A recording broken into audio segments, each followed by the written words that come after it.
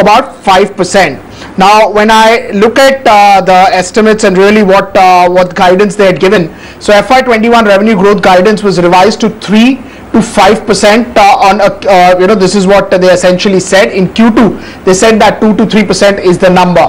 Attrition is coming in at 10%. Okay, we have Sandeep Agarwal and Harit Shah with us. Harit, when we look at the guidance now, 4.5 to 5, what does it tell you? The lower end has been, it's a very narrow guidance that we are looking at. So they're very confident that at least 4.5% growth will happen.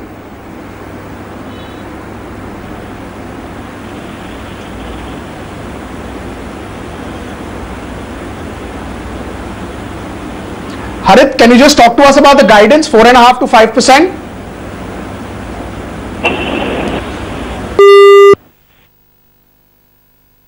Go to Sandeep meanwhile. Sandeep Agarwal is with us. Sandeep, what is your perspective on the guidance number of 4.5 to 5%?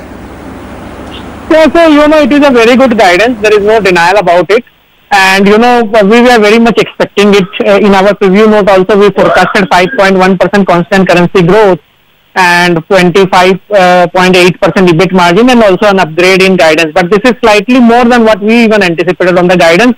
But I think the key mover will be basically, the deal with 7.13 billion. It is like lifetime historical high number, and this will push the growth rate for next year very, very significantly. I think massive. Sandeep, so just that, Sandeep, right? Sandeep, just that our viewers can understand what 7 billion means. Their run rate, if I'm not wrong, was between 3 to 4, right? Even in good times earlier. Yes, broadly, yes. Broadly, yes. So this is a very big jump in the order book. Very, very big jump. That is why this number is important. Yes, and this number is basically, see what... Right, so go ahead. What does this mean in terms of upgrades you were saying?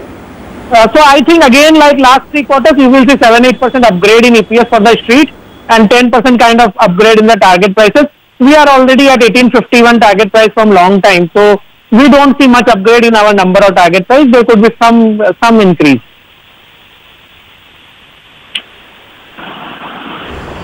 All right, and with those multiple deal wins, this is not coming in as much of a surprise. But let's decode the numbers. Poonam's with us to give us more perspective. Poonam, after TCS, then Wipro, it looks like it's a hat trick. Infosys as well, seeing a pretty stellar quarter. Absolutely, Yvonne. In fact, it's a beat on quite a few fronts, the revenue front. Slightly okay in terms of the margin front, but definitely margins have expanded. We were working with a slight margin decline there. The margins have come in at 25.4%. If you look at the revenue growth, dollar revenue growth in constant currency terms has been at 6.6%. Even if you look at the overall profitability, well, it's a strong growth coming in terms of the profits. Large deal wins, the TCV stands at an all-time high of 7.13 billion there. Last quarter, the TCV of large deal wins was slightly over $3 billion. So beat on that front as well, Awan. On the digital front, the digital revenues have grown at 31.3% YOY in constant currency terms. CEO and MD does mention that the scale of new client partnerships with leading global companies such as Vanguard, Daimler and Rolls-Royce demonstrate the depth of digital as well as cloud capabilities of Infosys. Having said that, Awan, if you look at the guidance itself, that's very strong. 4 to 5% is the guidance for FY21 revenue growth. In the last quarter, it was at, it's definitely higher than what we were working with in the last quarter.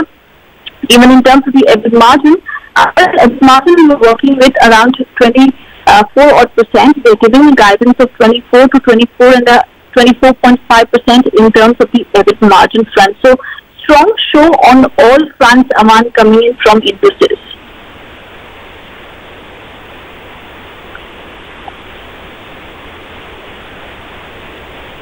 Take you through what Salil Parekh as well has to say. The CEO and Managing Director says the Infosys team has delivered another stellar quarter. The execution of client relevant strategy has been focused on digital transformation, and that's helped them achieve growth ahead of industry. He says the commitment and skill of employees and the drive of the digital journey are matters of great pride. with the intense focus on client needs and the comprehensive foundation built on differentiated capabilities, I remain confident about the future.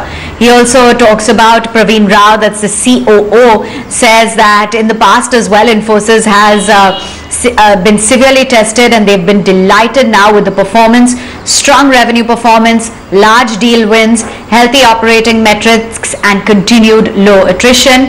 And he believes that not only this gives us an added advantage in these times of distributed working, but also distinct long-term led into the future. So very positive commentary as well coming in from the top brass of Infosys, as the street will be cheering these stellar numbers as well as guidance come tomorrow. Just going to walk you through what exactly the company has delivered. The profits have come in well above what the street was penciling in at 5,197 crore rupees. You've got the revenue at 25,927 crores. That too has come in as quite a healthy beat. In terms of the dollar revenue growth, steady at $3,516 million, and the revenue growth in cross-currency terms at 5.3% sequentially. Sandeep, wanted to get in a sense as to how you believe the stock price of Infosys is going to react, because you know from a lot of the IT services companies, large cap included, you had heard continued optimism on their growth outlook even after adjusting for that low base, and that had been echoed in the Q3 and that had been echoed in the Q2 numbers. So, you know, the actually we've snapped that line. So as I was saying, you know, that had been seen in the Q2 numbers. As Pankaj flagged off at the get-go, it's not the first time that we're seeing this healthy trajectory. This is continuing into the quarters, and therefore this optimism being echoed by the managements in Q3 FY21 as well is not coming entirely as a huge surprise. There's been a healthy order pipeline, there's been large deal signings, there's been strong earnings as well that we saw from Accenture, absence of a lot of headwinds like the repeat of the COVID-19 lockdown in Q1. There is no uncertainty with regard to the outcome of the US presidential elections. So all of that as well was being baked into the outperformance factor when it comes to Infosys and Wipro and the like. Do remember you also saw Infosys as well see mega deal wins that crept in the quarter gone by. You had the acquisitions as well, Kaleidoscope, Guide Vision, Blue Archon acquisitions. They signed deals, Pankaj, worth $3.15 billion, which is why it seems like these numbers won't really come in as a surprise. The street was working with a strong performance. Absolutely, you know, Aman, these numbers are looking in pretty solid, you know, when you just look at these numbers and the way they are. One can argue by saying that, you know, stock prices have done well, but as one of our guests just mentioned, $7 billion in terms of deal signing. I mean, that tells you the sort of numbers or the sort of momentum that, you know, some of these companies are actually seeing, and that is something which is quite visible. Just in about next 5-10 minutes, we'll hear it from the management at Infosys. I think it will be very important to get their commentary as well. TCS was upbeat. Wipro, whatever, you know, little we could hear in terms of the new CEO, it was sounding in pretty strong, but Wipro, remember, also has a tailwind because they were not doing that well before the new CEO came in. Okay, Sandeep Agarwal is now back with us. Sandeep, I just wanted to understand that, you know, now what is the valuation gap between a TCS, a Infosys and a Wipro? Where essentially do you see more valuation catch up apart from the EPS upgrades that you just spoke to us about? So I think the gap between TCS and Infosys is around 10-12% on FY23 numbers, and Infy and Wipro are broadly, almost negligible gap. I think what will happen is Infosys valuation will move up and probably, you know, get closer to TCS, but there is a very high possibility that, you know, further re-rating of the whole sector happens.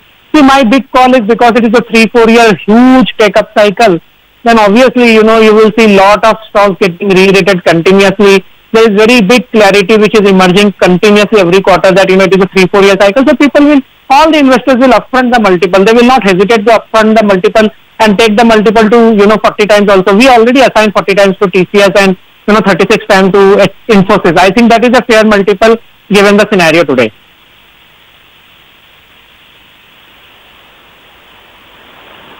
I think 3 years back that Wipro will get re-rated in such a way that Wipro and Infosys multiples will trade at the same level?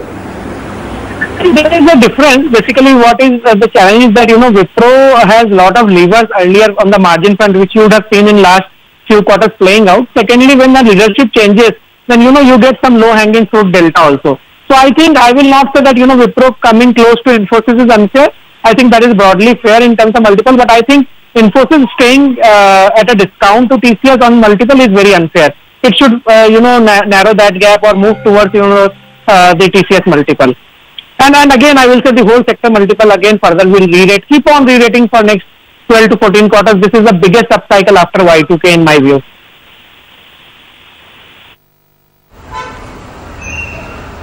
Okay.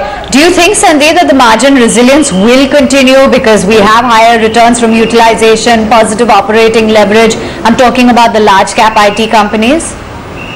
Yeah, definitely. See, I can tell you one thing, that people are still confused. Most of the investors think that once, lockdown opens and the cost will come back, it will not happen like that. I will tell you the reason, because in travel, for example, where this industry spends 340, 350 basis points, almost 1/3 of the cost is non-business related travel, that is more to do with other aspects. That will never come back. Those objectives will be achieved through online forever. Also on the travel for business, when we interact with salespeople and others, what we understand is that earlier if 5 people were traveling 2 times for a deal, now only 1 RM will travel and rest of the people will join across from anywhere in the world on Zoom or Teams or any other internal software of this company. So travel cost, I think 340 basis point, if it goes back to 150 basis point over next 2 years, it will be a great number. There are many other saving areas like, tier 3, tier 4 manpower, which these people are hiring are, 20-25% cheaper because there is a lower overhead attached to that. Also, you have to see that subcon cost in last 6-7 years because of protectionism noises has gone up multi-fold for most of the companies. That will now get replaced with offshore and not onshore. And the difference in margin between subcon and onshore offshore is very big. Subcon makes 0 margin to 10% loss at gross level, while onshore makes 10% to 15% gross margin and offshore makes 50-60% gross margin. So, when subcon is getting replaced by offshore, the margin swing is from 0% to 60%. Those things when you build in, I think whatever margins these companies are reporting today, in worst case scenario, they are defendable. Unless, currency falls below 71, 72. Then, obviously there will be some impact, but I think whatever margin is being reported right now, that is bare minimum defendable for next 2-3 years. It can actually improve also.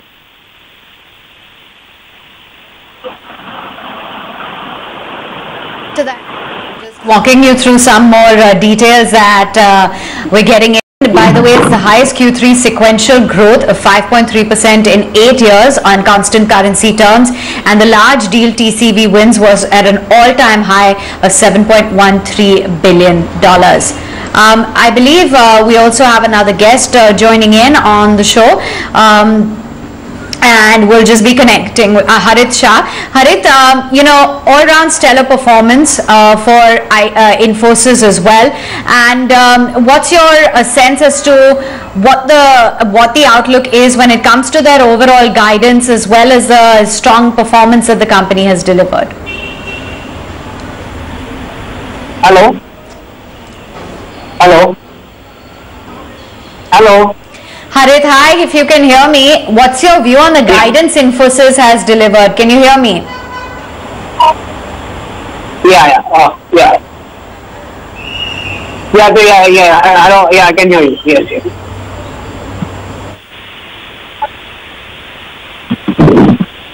Guidance?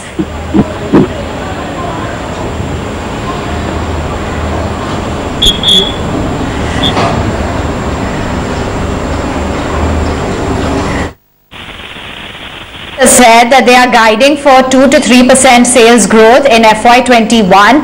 FY21 operating margins are seen at a range of 24 to 24.5%, and the FY21 revenue growth is seen in the range of 4.5 to 5% in constant currency terms. What have you made of this guidance growth, Harit? Yeah, so I think definitely it is better than what we were expecting. 5.3% in this particular